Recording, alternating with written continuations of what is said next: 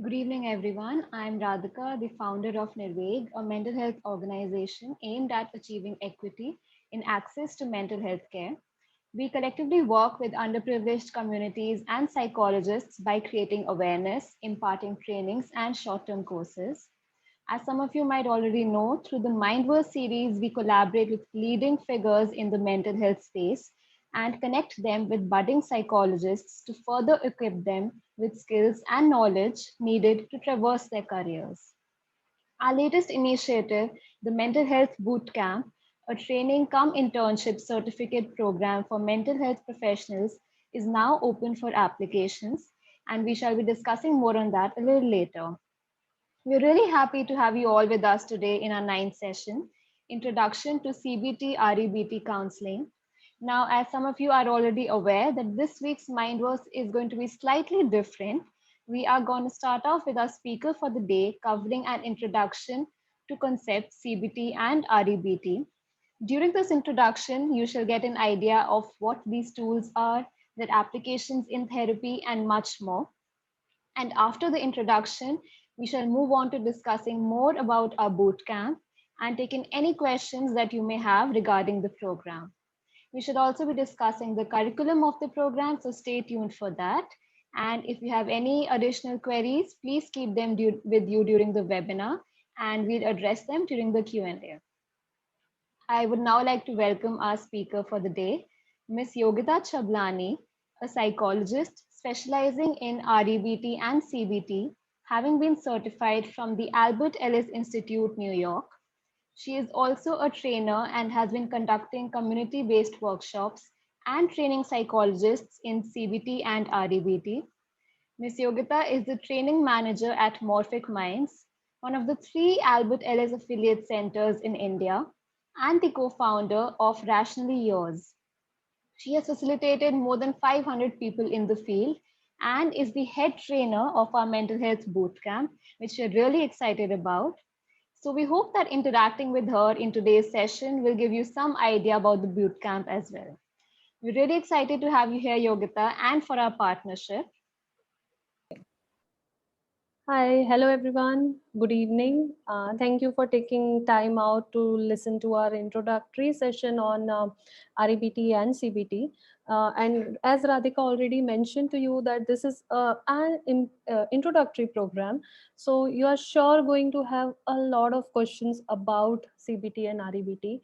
And that's, the whole idea that you should know what CBT and REBT is. And if you want to learn in detail, this is I would say one of the best modalities in therapy that is research based, and it does I would say it will be very good if you invest time in learning it properly. So I would say a half an hour or a 40 minutes won't do justice through this therapy, but I'll still try and do my best to include as much as I can. So even those who are attending this Mindverse program, you will surely get something as a takeaway from the session. All the questions are most welcome, and as Radhika said, we can keep it for the Q&A session. You can also type it out in the chat box and we'll address that after. So Radhika, I would like to share the slides, so if you can make me the co-host, please. Yeah, I'll just share. Yes, you can try now. um, I don't see an option of presentation. I got share screen, that's okay. Yeah.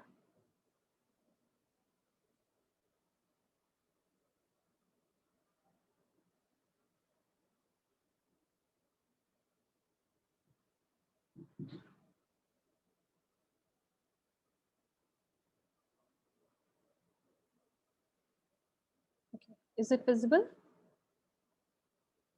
Yes. All right. So CBT or cognitive behavior therapy and rational emotive behavior therapy. So as the name suggests, both the therapies are a type of behavior therapy wherein we work on changing the client's behavior through the root of cognitions and emotions. Cognitions means thinking pattern and emotions. So generally just saying someone don't do this, do that, not does not work. may work somehow for some lesser intensity problems.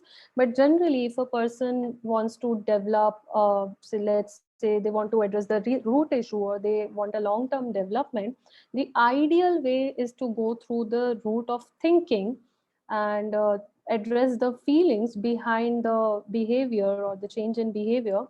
And then, ultimately you will see a change, or the resultant would be the person will have a helpful behavior. So this is the whole idea, because many times people ask, what does therapy means? I'm like, starting from the very, very basic, that what is therapy. Some of you might be psychologists, some of you are not, so I'll just go through that therapy is a professional alliance where, there is an agreement between a client and a therapist. So two people are involved, where one is the client, the other is the therapist, and they agree to work upon a given problem. Okay, so that is, and this is a talk, yeah, this can be called as talk therapy.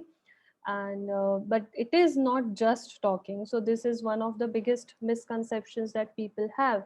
Talk therapy means you have to just talk about the problem, you have to validate, you have to listen. Obviously you have to do all of that, but not just that. So it has to include a research. I would say that if I'm talking here, I am not going to say that I feel like you should do this, or I feel like you should be thinking in this manner. No. What if I'm here in the position of therapist? I am going to follow the structure. I'm going to see what thinking patterns are contributing to it. And I'm not just going to listen and validate, say yes, yes, and then you might feel better, but you might not get any long-term solution. So if you are going for a particular therapy, if you seek therapy, or if you apply therapy as a therapist, both the ways, I would say you will be very assured that you are going on dealing with a problem in a very scientific way. So this is just the brief understanding of what CBT and REBT is. Now we are addressing here, I'm using CBT, REBT interchangeably. They both are not the same. However, they are not very different. But in today's session, I'm not going to talk about the difference between CBT and REBT. Let's just understand that CBT is the grandfather of REBT. And so it is a type of CBT. And if at all you wish to know the differences in detail, we might talk about that sometime later. But for today's session, understand that when I'm talking about CBT, REBT, I'm including them as both one, CBT or REBT, without getting into the differences of CBT and REBT. I can't.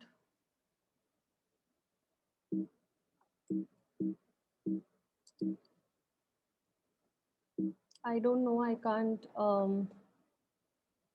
play this keynote.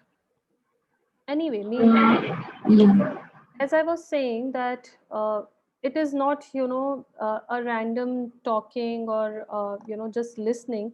Yeah, done. So what is therapy, or what is psychology? Because those who are in the field must have experienced that people might come to you and they might have tried to give you all the gyan of mere hisab se life aisi jeeni chahiye, or I think this is how it is, and they try and get into all sorts of intellectual discussions with you. And sometimes the therapist gets into the discussion, trying and convincing them, no, this is not how it is, or what. So for this, it is very important that you understand the difference between philosophy versus psychology. Before I get into it, I would like to hear your views. Does not have to be correct, it is not a test. I just want it to be interactive, and I want to know how much you know, so that I don't be repetitive. So anyone would like to give a try, what is the difference between philosophy and psychology?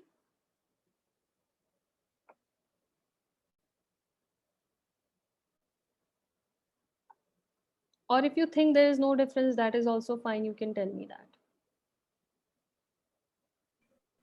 No, I believe that there's a huge difference between philosophy and psychology. Mm-hmm. And that could be according to you. So, philosophy is basically the study of things, reality, existence. And Mm-hmm. when it comes to psychology, psychology is the study of mind and soul. Yeah. Correct, right? It So you are right. it comprises, yeah. So psychology comprises of things that are around us, within Hmm. us, Hmm. and it's all about how we are influenced from Hmm. within and through the external factors as well. Hmm. So Okay. yes, there's a difference. Yeah, adding to that, you are right that there is a difference. Adding to that, philosophy does also sometimes, you must have seen some philosophy talking about how a human being should think or should not think or behave. But the major difference between philosophy and psychology is I would say, the evidence or the scientific part, scientific backup. So psychology has a scientific backup. Okay. Philosophy, all of us can have different philosophies. Okay. And none of our philosophies can be right or wrong. Okay. It's just that it's your philosophy, you live your life like that, I live my life like that. But when we talk about psychology, there are some helpful ways of thinking, unhelpful ways of thinking, rational thoughts, irrational thoughts. So these are well researched thoughts. Okay. So philosophy, when we say, is people can have different philosophies, and we cannot disregard as they do not have, or they should not have other philosophies. Anyone can have their philosophy, and that's why when we read about philosophy, there are so many philosophers, their opinions may vary, but we just study as, okay, this is his philosophy, this is his philosophy. But psychology, it has a scientific base. Now, it's not like psychology does not have a part of philosophy in it. I'll tell you what is the philosophy of CBT and REBT. But what we do is we take that philosophy, we test it out, we convert it into a replicable format, so that wherever you think that if you are applying a math formula, if it is has to be called as a formula, it should be replicable. Anyone in the world, if they are applying that, they should be getting same results. That's how we say that, okay, now it is scientific. So it does not happen like if I throw an apple, it floats or goes up, and you throw and it falls down. Speed and everything, everything is determined. So when a part of philosophy adds it into a psychology, we take a lot of researches into consideration. We make sure that it is not just any philosophy, but it should be replicable in a manner so that anyone can replicate it. Okay. So when we are talking about CBT and REBT,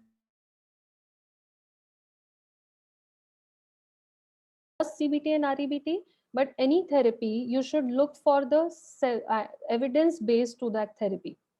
Because out there are a lot of therapies where people say that, okay, this is the therapy that I practice, this is that has worked for me.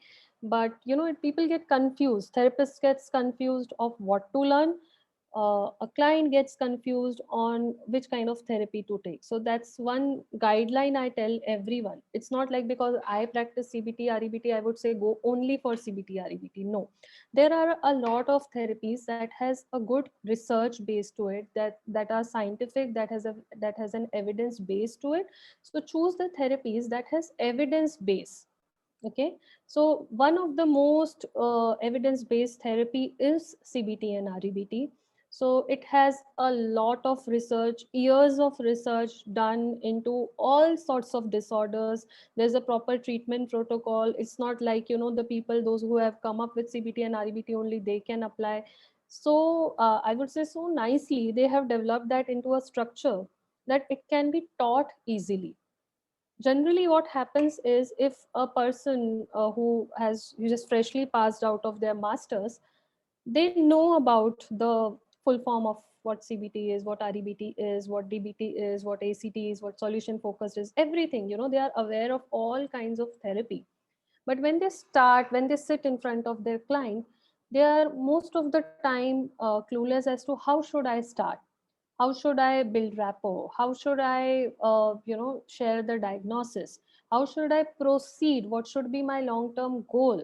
So if you learn these things, you will not just try and how do I say, just it won't be a trial and error for you. In that case, it will be very well structured. You will know where you are going with your client, and that is the advantage of evidence based therapy. So if at all next time a good, I would say, hint for you if you are getting stuck into an argument where a person is telling you something but they don't have a very good scientific base to it.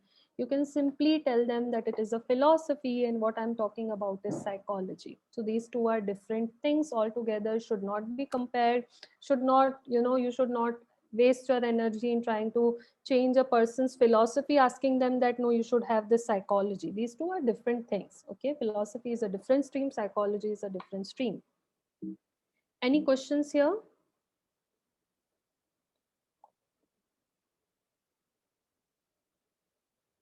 Okay, now this is the philosophy that is there in CBT and REBT.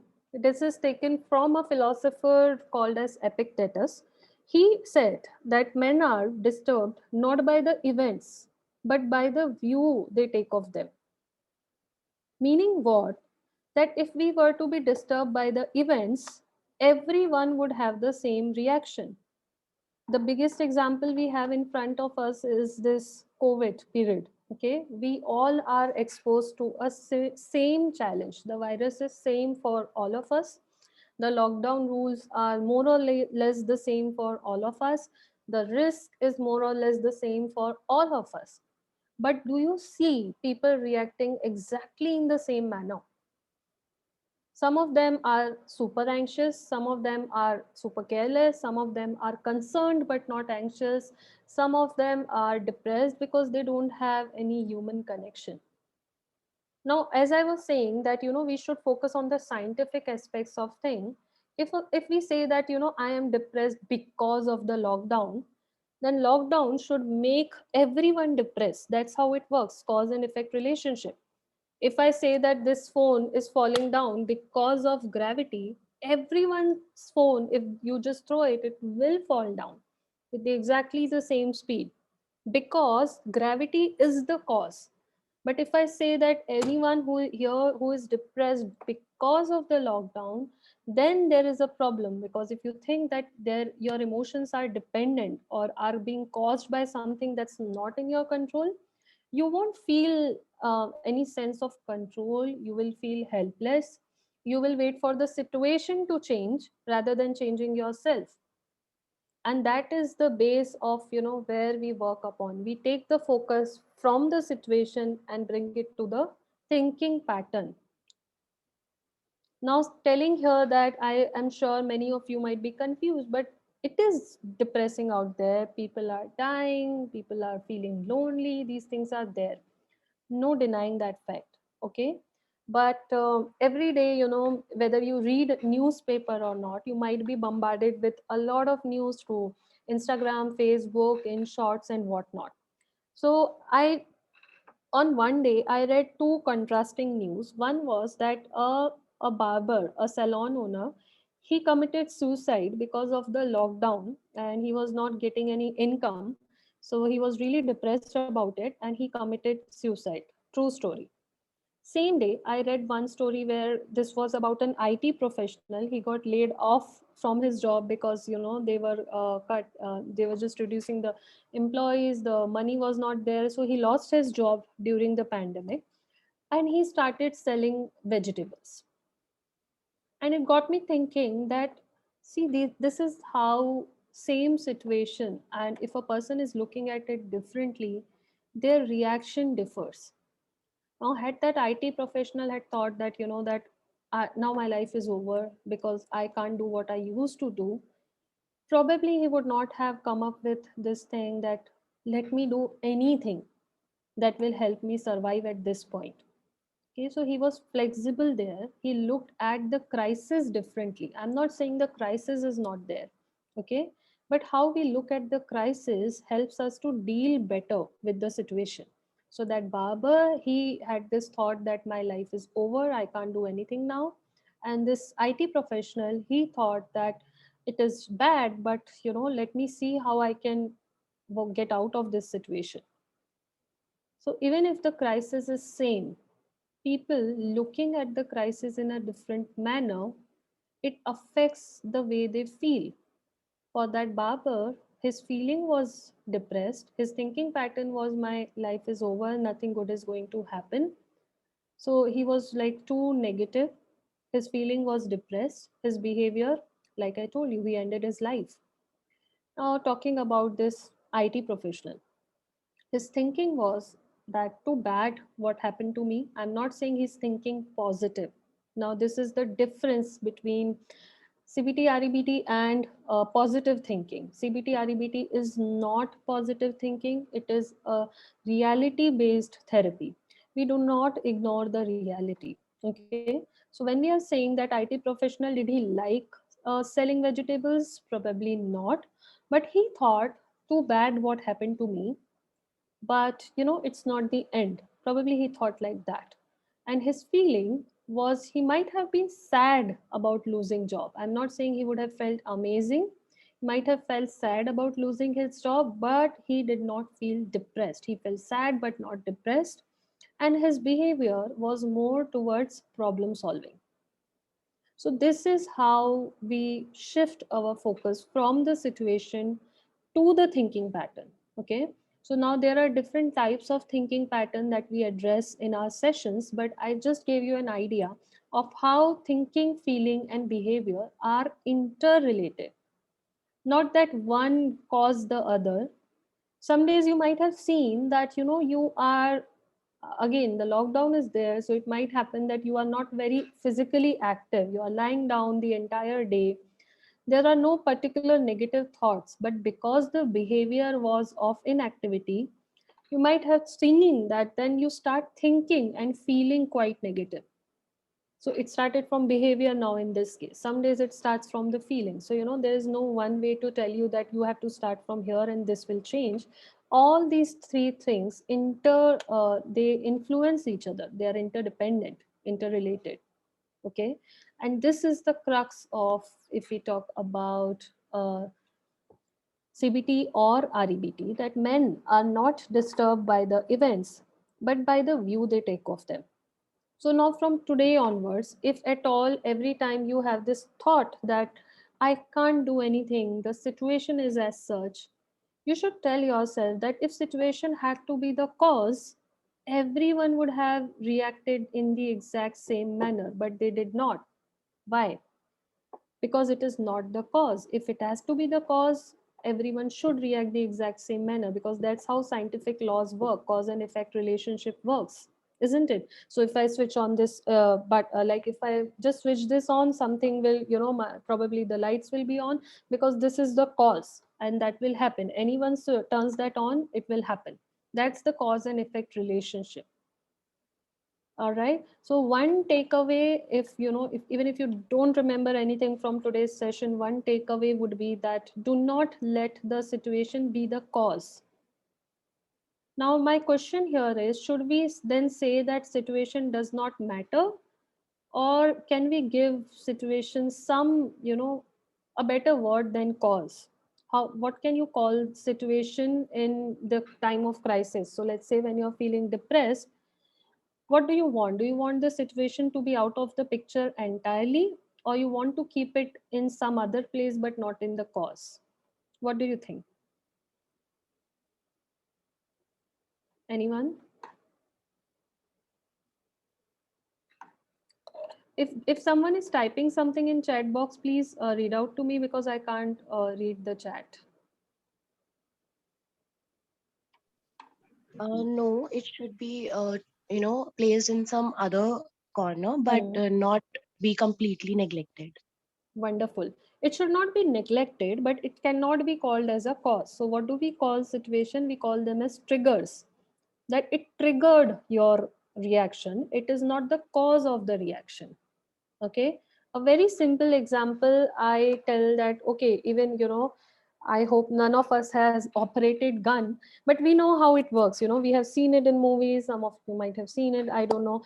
But how it works is that a person pulls the trigger, okay, and then he fires and the bullet comes out.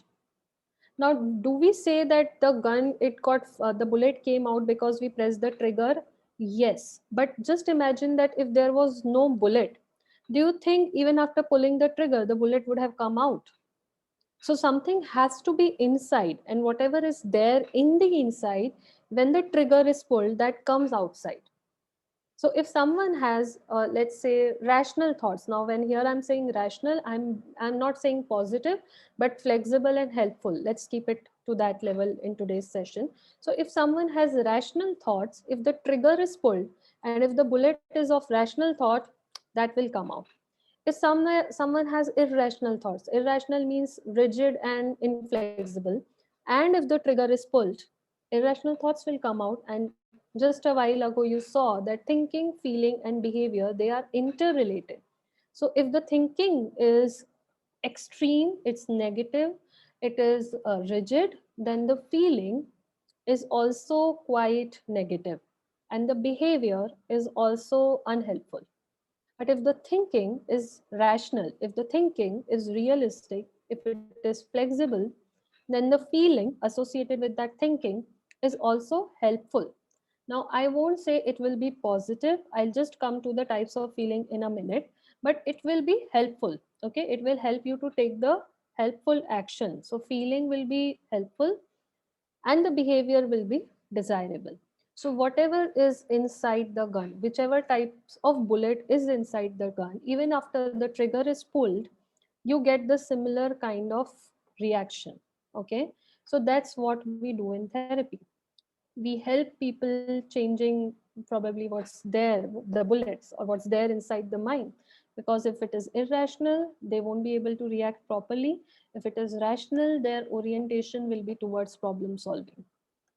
Okay, now what are the features of CBT and REBT? If you seek therapy, or if you practice CBT and REBT, it is very many professionals do prefer, I would say without fail, any treatment protocol you read by the NDN, when they write about the treatment, generally it is written CBT is suggested. So it is, I would say, go to therapy for most of the professionals. And we can say these are the reasons for that. Is it is time limited. It does not go on and on and on for years and years altogether. Okay, it is quite brief. And why it is brief is because it is problem focused. We focus on here and now. The therapy is very goal oriented. So I won't come, if you come to me as a client, I won't be chalo theek hai kisi bare mein charcha karte hain or let's talk about something, anything. No, we don't do that. It's very structured, as in what would you like to talk about in today's session, what would you like to work on in today's session. So it is very problem focused. That saves our time, no beating around the bush. We start with problem solving. It is structured. As I told you before, you won't be confused, as in I don't know what to do next, I don't know what to talk about next. It's quite structured. So right from the very first question that needs to be asked when the client comes in, to ending the session, how should it be ended, and the middle part of, like I told you, that we need to identify the thinking, we need to change the thinking. So what kind of thinking, how to change those thinking, everything is structured. Okay, so that makes it very, I would say, easy to apply. Then it is collaborative. This is one of the important features of CBT and REBT, that the client is also very much involved in the therapy. It is not like how you see generally in movies. Generally they show it like the client is lying down and the therapist is just writing. It is very much collaborative. The client also tells the therapist where and how the client would like to take this forward. The therapist guides the client, so both of them are equally involved. And it is educative in the sense, we educate the client to become their own therapist. So now there is no question of being dependent on the therapist, because in the longer run we want the client to solve their own problems. We will not talk about, let's say that a client has come to me with career issues. Let's say the client has just passed his 12th grade. He is having trouble decision making. He does not know which career to choose. Okay, I might help him with making a decision. I might help him out with the options for his career by looking at his aptitude and everything. At the same time, I will teach him important skills of decision making that will not just help him in decision making about career. So let's say tomorrow if he has to decide which subject to take up, or which girl to pick, I don't know, he will use that decision making skills. Okay, so we educate the client in such a manner that they can use this in all the areas of their life, and they are not dependent on their therapist for, okay, today I helped, they got help in the career choice, then tomorrow something similar happens, I don't know which car to buy, so again they have come, then I don't know which girl to marry, then again they come, then I don't know which city to settle in. So once and for all decision making, we help them sort out. Yes, if there is some new information they need help, they can come, but we educate the client. So the client will very much know how you are doing, what you are doing, so that they can replicate it in their life. And that's why it makes CBT REBT so popular among the client and therapist as well. So these are some of the features of CBT and REBT. Any questions so far? All right. So now let's have one activity. I told We you have that one question. Yeah. It is in the chat box from Amok. Okay. That isn't that psychoanalysis, the movie scene which you just described? Yes, that's psychoanalysis, where you analyze the childhood, the past life, and whatnot, where the client is most of the time sharing freely. There is very less interruption from the therapist side. The therapist is more or less just listening and observing the client. But here we interrupt quite a lot, in fact. And if you join us for the long term program, you will see that interruption is also an important skill, and that is what the makes the therapy time limited. It is in terms of number of sessions required are less as compared to psychoanalysis, as well as the session duration. So session duration is about 45 to 50 minutes. So right from the beginning, goal setting to ending the session, giving the client a homework or anything, the entire session can be very well finished in 45 to 50 minutes.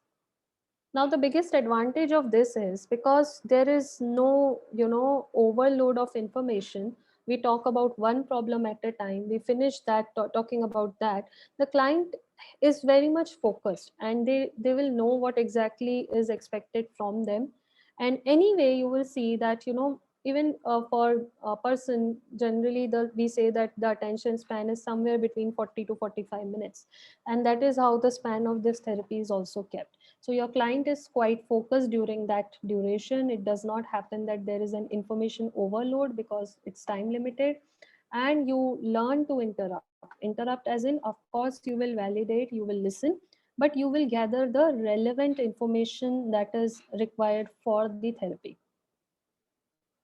Now this is an activity where I would like you to just tell me any, you don't have to tell me the emotion. Okay, I will guess the emotion for you. What you have to tell me is, you can give me a brief situation, or even if you don't give me a brief situation, you can give me your thoughts. Okay, and I'll guess the emotion for you. So anyone, by the way, you can pick your thoughts. You can just tell me some random thoughts. Do not worry about the judgment part. Everyone is very considerate here. We are not going to judge you. We are not going to share the information. All I'm saying is just share some thoughts that you had in some situation, and I'll guess the emotion for the given situation and thought. This is not a therapy that I'm doing right now. I'm going to, I just want to introduce the concept of emotion, and that's why I'm using this activity. So who would like to share their thoughts in a given So situation? Yeah. I would like to proceed with Hmm. a thought, as in like my immunity is so low. Okay. Hmm. Hmm. You are Yeah, saying just your this. immunity is so low, and Hmm. then what do you do when you say your immunity is so low? Like when I think about that, or what? I did not hear you. What you are saying, when I think about that? No, I'm asking like when I think about it, or Yes, like yes, yes. When you okay. think that my immunity is so low, what kind of behaviors are followed by that kind of thought? Like not the behaviors aren't followed by suddenly, but the Hmm. another thought comes that I have to start following a healthy routine. Then do you do that? Yeah, I am practicing and trying. All right, wonderful. So, do you face any physiological symptoms when you say my immunity is so low? Do you notice any changes in the body when this thought comes in? When the thought comes in, yes, for example, I get like weak a lot, and I get immune like prone to diseases a lot, like Mm-hmm. fever, cough, cold, and all of that. Okay. All right. All right. Okay. So now I would say that it will help you if you think about a situation. You don't have to tell me. But were you feeling anxious at that time when you had this thought that my immunity is so low and then I have to follow a healthy diet, but the physiological symptoms is you do feel weak. Do you feel anxious in that given moment? Not really anxious. I used Hmm. to be, but not really anxious right now. All right. How Like that. about concern, if not anxious? Like you're not totally chilled out about it, but you are concerned? Yes, yes, concerned. All right. Okay. I'll tell you how I came to that. Let's take a few more examples. Anyone else? Yes, I would I like. Yeah, go ahead, please. Shall You can I? go ahead. Yeah, sure. Okay, okay. Hmm. I'm Ishta Nagpal. Actually, Hmm. I have a okay. So situation is, I am associated with a course. I'm pursuing a course, for Hmm. about 7 to 8 years now. Hmm. So right now the course has not yet completed, Hmm. and now I am, side by side I also started working in the corporate culture. So now Hmm. I'm feeling like not Okay, to pause, pursue pause, pause. Huh. Don't tell me the feeling, tell me the thoughts. What kind of thoughts you get? the thought Hmm. while thinking about the course, right? Yeah. Yeah. I like what I study. The thought Hmm. is I enjoy what I study, but I Hmm. don't enjoy the work, the output, Hmm. the desired result, as in where I have to work in, Okay. that culture, that corporate Hmm. culture. I don't enjoy working over there. You don't But enjoy working. Okay. correct, correct. Hmm. What else? So, but at the end, I have the option of working in the corporate culture itself. If I Hmm. if I go ahead and pursue the course and finish the Hmm. course, Hmm. so I am in a pure dilemma, like what to choose Hmm. and whether should I stop. But then while I think about stopping the course, like Hmm. winding up the course right here itself, then Hmm. I find like I also get those thoughts of association that I've already invested so much of time, efforts, and a Hmm. lot of my energy into the course. How can I just wind up the Okay, so course in let me between? understand this correctly. You want to pursue working, but you also want to finish the course. Is that right? That's You want to right. continue working. I want to, yeah. You want to continue working, but you want to finish the course. It gets difficult for you to finish the course.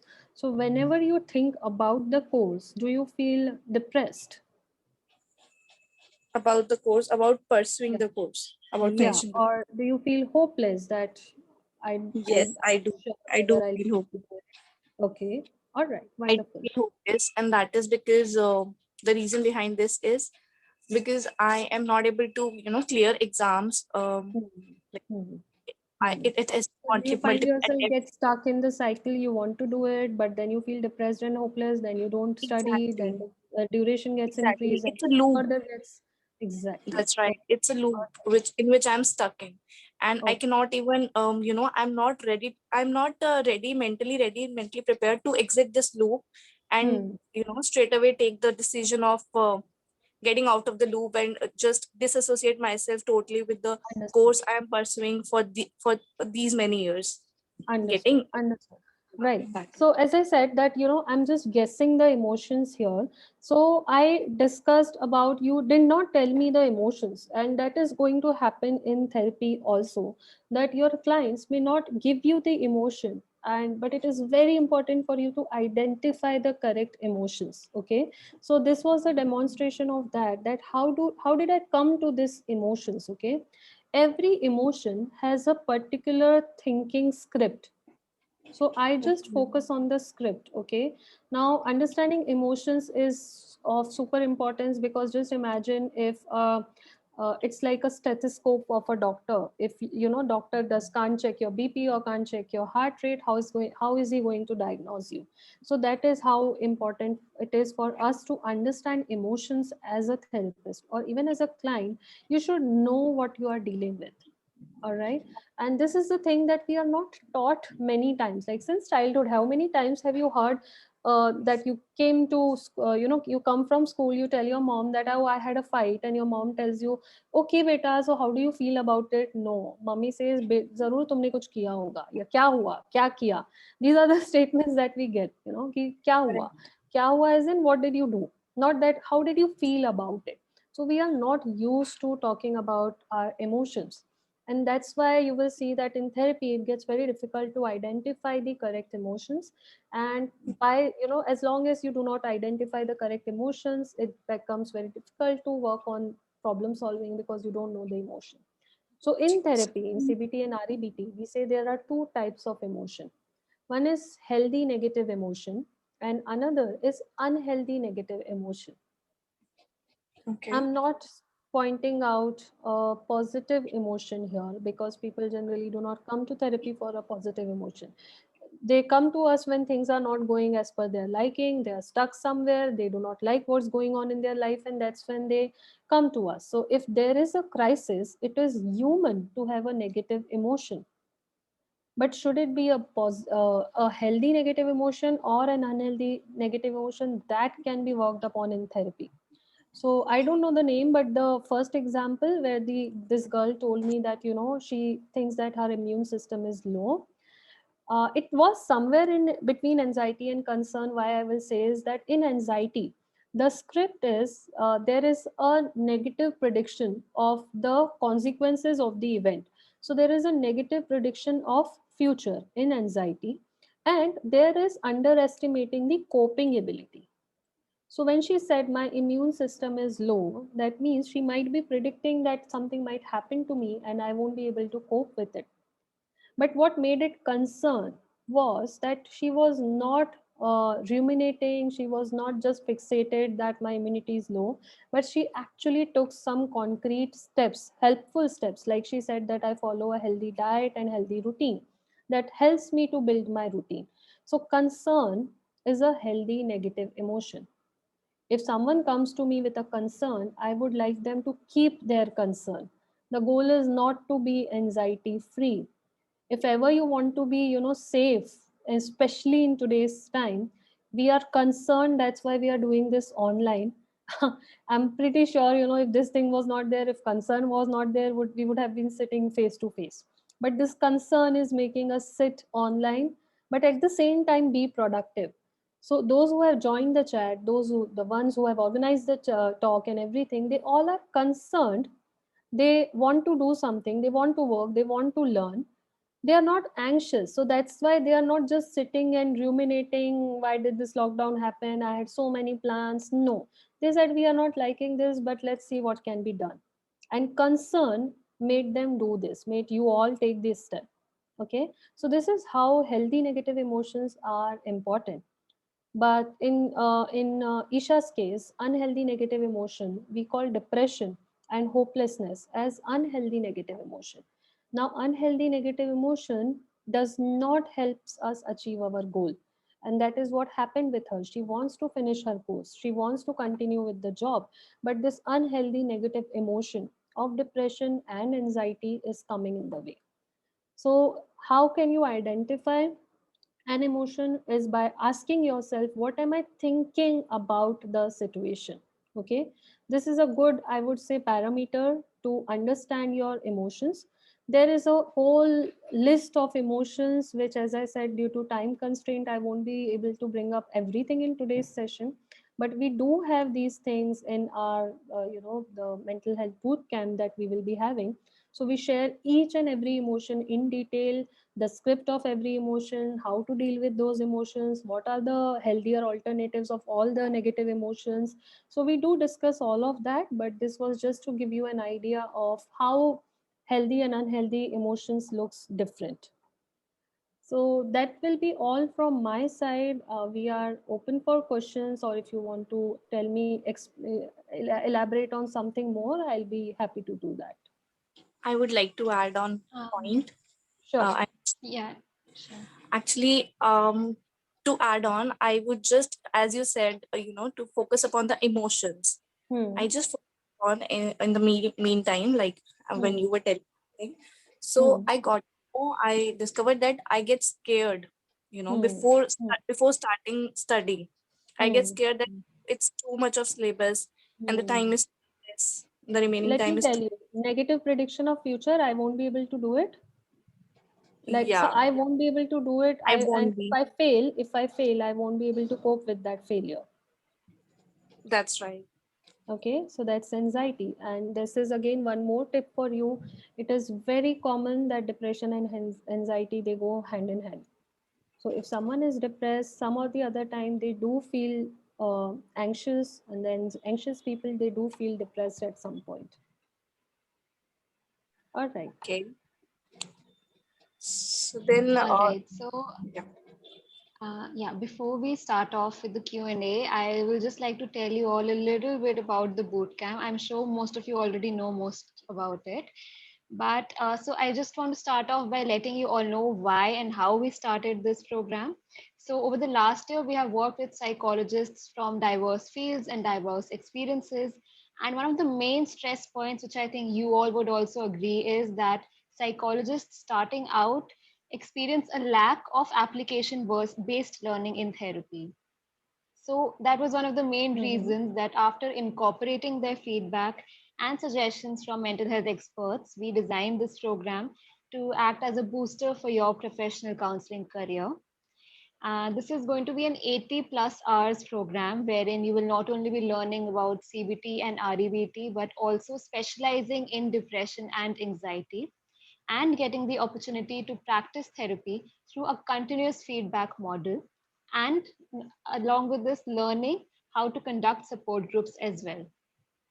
So the bootcamp follows a really interesting experiential learning model wherein you start working with communities right from the start, hence learning by doing. And an additional point to note here would be that these would be underserved communities that you would be working with. So you would actually get a chance to cause real impact at the grassroots. And finally, other highlights